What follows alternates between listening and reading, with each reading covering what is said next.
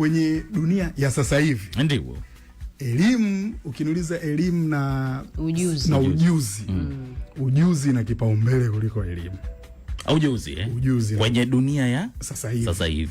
Ni yupi ambaye anaweza akafanikiwa kwa haraka na kwa ukubwa, mwenye elimu au mwenye ujuzi, na kwa nini? Okay, anayeweza kufanikiwa sasa hivi kwa haraka ni mwenye ujuzi.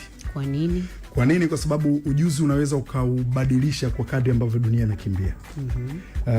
Elimu ukisoma ni vile vile. Yani mtu anayesoma mwaka 2020 na anayesoma 2025 mpaka system ya elimu ije kubadilika ni muda mrefu, lakini dunia sasa hivi inakimbia.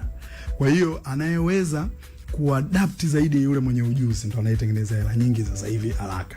Kwa hiyo kitu ambacho kinaweza kikafanya ujuzi upate hela nyingi ni kwa sababu ujuzi unaweza ukaujifunza na ukabadilisha haraka. Kwa mfano, mwanzoni content ilikuwa tu chochote unachokitengeneza unaweka.